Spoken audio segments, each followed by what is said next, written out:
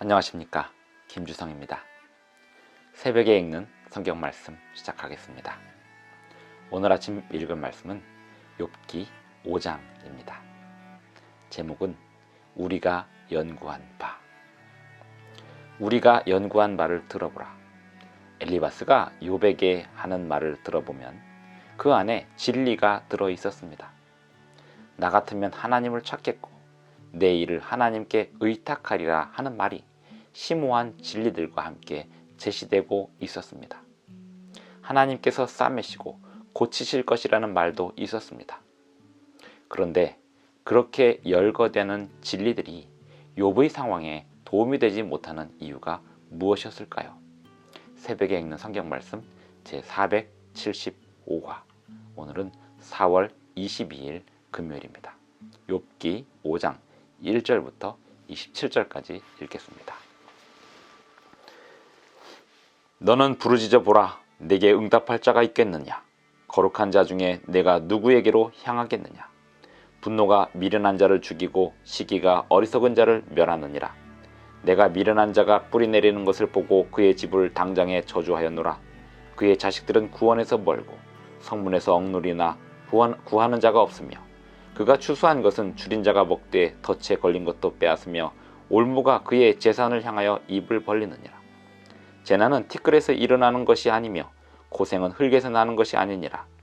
사람은 고생을 위하여 났으니 불꽃이 위로 날아가는 것 같으니라. 나라면 하나님을 찾겠고 내 일을 하나님께 의탁하리라.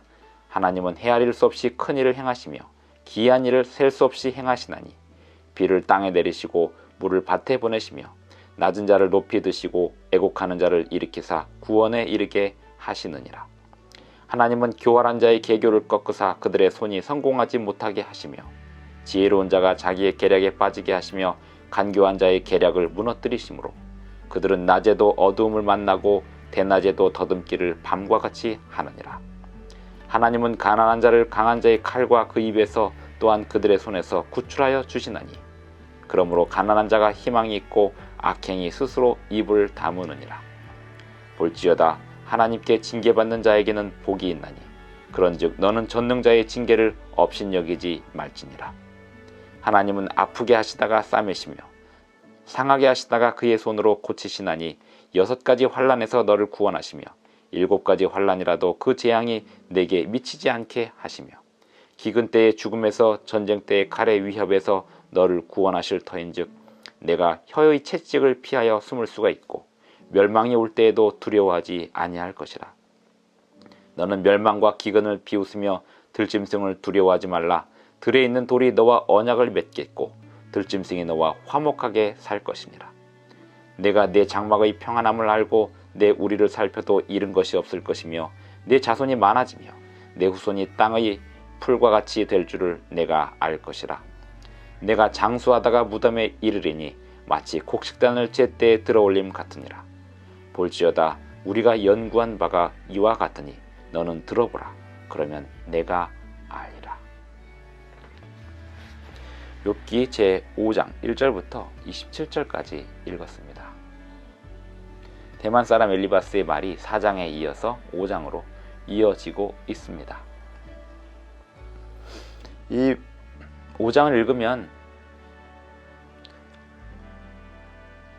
욥기 5장이라고 생각하지 않고 그냥 읽으면 그냥 하나님의 말씀과 거의 비슷합니다. 하나님의 말씀하시는 듯합니다. 틀린 말이 보이지 않습니다. 나라면 하나님을 찾겠고 내 일을 하나님께 의탁하리라. 정말 좋은 권면입니다.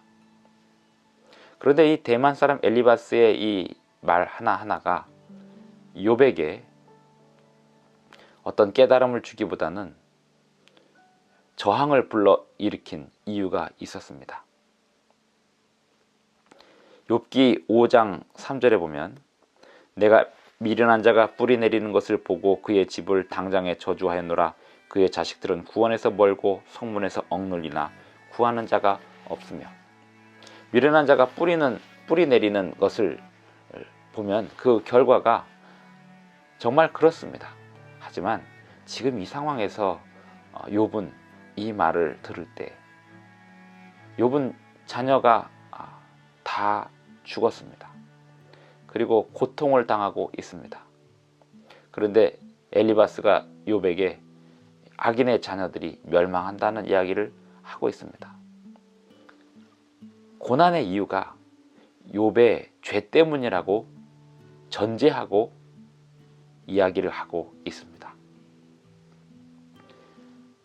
그 전제 속에서 욥에게 하는 그 심오한 진리들이 욥에게 위로가 되거나 또 깨달음을 주거나 하기보다는 오히려 저항을 불러일으키고 있었습니다. 대만 사람 엘리바스의 말은 전부 다 심오한 진리를 담고 있다고 해도 과언이 아닙니다. 17절 볼지어다 하나님께 징계받는 자에게는 복이 있나니 그런즉 너는 전능자의 징계를 업신여기지 말지니라. 하나님께서는 당신의 사랑하시는 백성을 징계하시고 그들을 고치시고 그들을 다시 싸매시는 것이 맞습니다. 볼지어다 하나님께 징계받는 자에게는 복이 있나니 그런즉 너는 전능자의 징계를 업신여기지 말지니라. 하나님은 아프게 하시다가 싸매시며 상하게 하시다가 그의 손으로 고치시나니 6가지 환난에서 너를 구원하시며 7가지 환난이라도 그 재앙이 내게 미치지 않게 하시며 기근 때의 죽음에서 전쟁 때의 칼의 위협에서 너를 구원하실 터인즉 내가 혀의 채찍을 피하여 숨을 수가 있고 멸망이 올 때에도 두려워하지 아니할 것이라. 혀의 채찍, 기근이나 전쟁만큼 고통스럽게 하는 것이 혀의 채찍이었습니다. 말로 주는 상처였습니다. 대만 사람 엘리바스가 그 심오한 진리들을 제시하고 있음에도 불구하고 욥에게는 혀의 채찍과 다름없었습니다. 욥을 향하여 엘리바스의 마음에 들어있는 기본 전제가 너의 죄 때문에 너가 고통당하고 있다라고 하는 전제였기 때문입니다. 하나님의 말씀을 전하고 또 하나님의 말씀을 증거할 때 그것을 그 증거하는 사람의 전제가 상대방의 죄로 인하여 상대방이 고난을 당하고 있다고 한다면 그 심오한 진리들이 상대방에게 전혀 도움이 되지 않을 수 있다는 점을 욥기에서 우리는 확인할 수 있습니다. 22절 너는 멸망과 기근을 비웃으며 들짐승을 두려워하지 말라. 들에 있는 돌이 너와 언약을 맺겠고 들짐승이 너와 화목하게 살 것이니라. 내가 내 장막의 평안함을 알고 내 우리를 살펴도 잃은 것이 없을 것이며 내 자손이 많아지며 내 후손이 땅의 풀과 같이 될 줄을 내가 알 것이라. 정말 하나님의 징계처럼 보이는 욥의 고난이 마치고 난 다음에 모든 것이 회복되고 욥은 대만 사람 엘리바스가 말한 대로 되었습니다. 자손이 많아지고 후손이 땅의 풀과 같이 되었습니다. 장수하다가 무덤에 이르렀습니다. 그리고 평안함을 얻으며 살았습니다. 대만 사람 엘리바스가 말한 대로 되었습니다. 하지만 욥기의 마지막 부분에서 대만 사람 엘리바스는 하나님의 강한 책망을 들어야 했습니다. 사람은 누구나 다 서로에 대한 권면 속에서 상대방의 죄로 인한 상대방의 고난을 전제하고자 하는 그러한 마음들이 있습니다. 예수님이 받았던 그 질문, 이 사람의 고통이 이 사람의 죄 때문입니까? 아니면 이 사람의 부모의 죄 때문입니까? 이것이 모든 사람들의 질문이기도 합니다. 대만 사람 엘리바스는 그리고 그 친구들은 욥을 권면하고 있는 사람들은 심오한 진리를 제시하고 있었음에도 불구하고 욥의 마음에 고통을 가하고 있었습니다. 중요한 것은 사랑입니다. 욥의 친구들이 욥에게 사랑하는 마음으로 권면한다고 하였지만 그들은 사랑이 무엇인지 분명히 정확히 알고 있지 못했습니다. 사랑은 자기들의 시각으로 자기들이 연구한 바로 상대방에게 권면하는 것이 아니라 사랑은 하나님의 시각이 이 고난을 어떻게 보시고 있는지를 기도하는 것이 사랑입니다.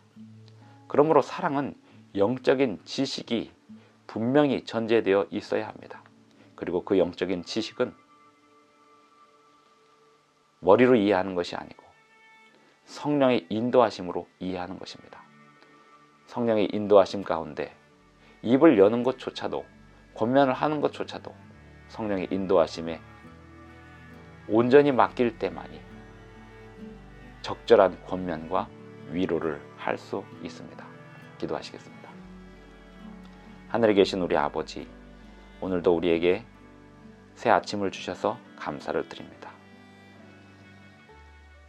모든 사람이 고난과 아픔 속에 살아갑니다. 아버지, 그러나 우리의 모든 언행이 모든 사람을 향하여 적절한 위로와 또 적절한 힘이 되어줄 수 있도록 도와주시옵시고, 또한 우리에게도 하나님의 위로와 권면을 가지고 전달해주는 사람들이 있게 하여 주시옵소서. 예수님의 이름으로 기도드리옵나이다. 아멘. 감사합니다. 오늘 하루도 행복한 하루 되시기 바랍니다.